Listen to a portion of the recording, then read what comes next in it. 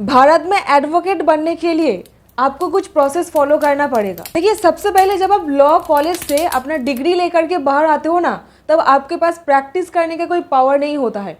आप केवल ही केवल एक law graduate equals to lawyer कहलाते हो। लॉयर के पास कोई भी पार्टीज को कोर्ट में क्लाइंट्स को रिप्रेजेंट करने की पावर नहीं होता है।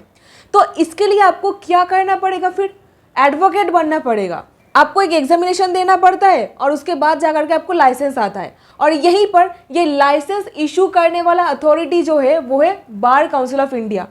बार काउंसिल ऑफ इंडिया आपको ये जो लाइसेंस देती है, इसके लिए आपको भारी भरकम फीस देना पड़ता है, जो फीस वेरी करता रहता है स्टेट के अकॉर्डिंग। यानी कि अगर आप ओडिशा की बार काउंसिल में अपने आप को एनरोल कराना चाहते हो तो आपको देना पड़ेगा करीब 40,000 रुपया, या फिर मान लीजिए दिल्ली बार काउंसिल में एनरोल करना चाहते हो तो कोई 17,000 करीब के आसपास में आपको पैसा देना पड़ेगा। ये जो पर्टिकुलर फीस है ये 15,000 से लेकर के 40,000 तक वेरी करता है according to your state bar council. आप कौन से राज्य से बिलोंग करते हो इसके ऊपर।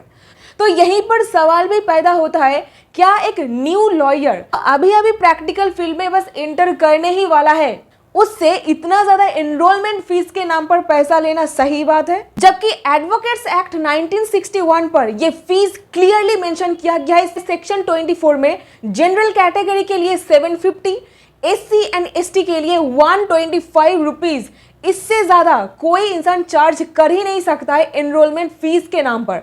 ये जो कानून है ये पार्लियामेंट ऑफ इंडिया के द्वारा पास किया गया है। कोई आप और हम घर बैठ करके ये कानून को नहीं लाए हैं। सो पार्लियामेंट ऑफ इंडिया का ये जो कानून है इसको उल्लंघन किया जा रहा है बार काउंसिल के इतना एग्जॉर्बिटेंट फीस के नाम पर। तो ऐसा ही एक केस ऑनरेबल सुप्रीम कोर्ट के सामने आया, जहां पर 15 जुलाई को एक ऑर्डर पास किया गया है honourable Supreme Court of India के द्वारा। तो केस का नाम है KLJA Kiran Babu versus Karnataka state bar council presented by Ramesh S Nayak. Honourable court ने बार काउंसिल ऑफ इंडिया के चेयरमैन से जवाब मांगा है, जहां पर यह बोला गया था honourable Supreme Court of India के द्वारा ऑर्डर पास करने के बावजूद भी उस ऑर्डर को उल्लंघन करके ज्यादा फीस लिया जा रहा है। ब्रॉड डे लाइट में ऑर्डर को उल्लंघन किया जा रहा है।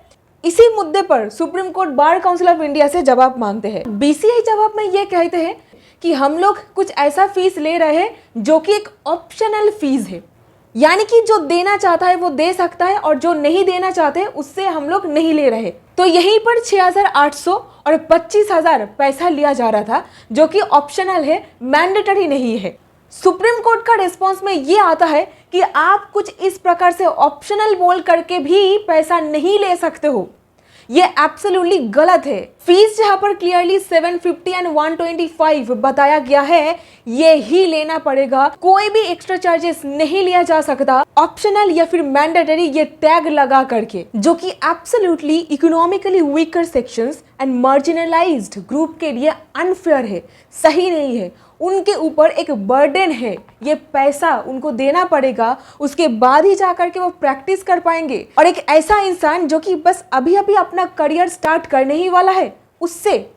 और यहीं पर कोर्ट ने कहा एक और स्टेप आगे बढ़ करके, निर्धारित अमाउंट से ज्यादा फीस लेना article 14 right to equality and article 19 clause 1G का उल्लंघन है, जो बात करता है right to practice profess and propagate के बारे में। कर्नाटका बार काउंसिल को तुरंत इसको रोकने के लिए डायरेक्शन दिया गया, और यहीं पर कोर्ट ने इस बात को भी क्लैरिफाई किया, ये जजमेंट प्रोस्पेक्टिव इन नेचर है, रेट्रोस्पेक्टिव इन नेचर नहीं है। यानी कि जो लोग ऑलरेडी फीस दे करके एनरोलमेंट ले चुके हैं उनको पैसा रिफंड करने की कोई आवश्यकता नहीं है, लेकिन अब से जो लोग एनरोलमेंट लेने के लिए जा रहे होते हैं उनके ऊपर ही ये रूल लागू होगा।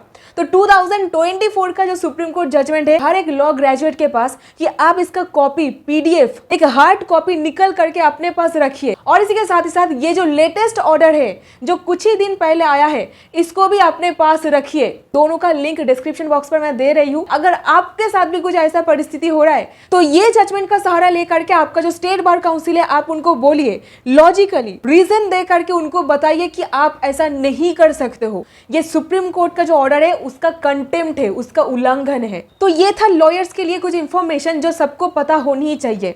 So that's it in this video. उम्मीद करती हूँ आपको इस वीडियो से कुछ ना कुछ वैल्यू मिला है। अगर मिला इसे एक लाइक, चैनल को सब्सक्राइब और जरूर इसको शेयर कीजिए अपने दोस्तों के साथ।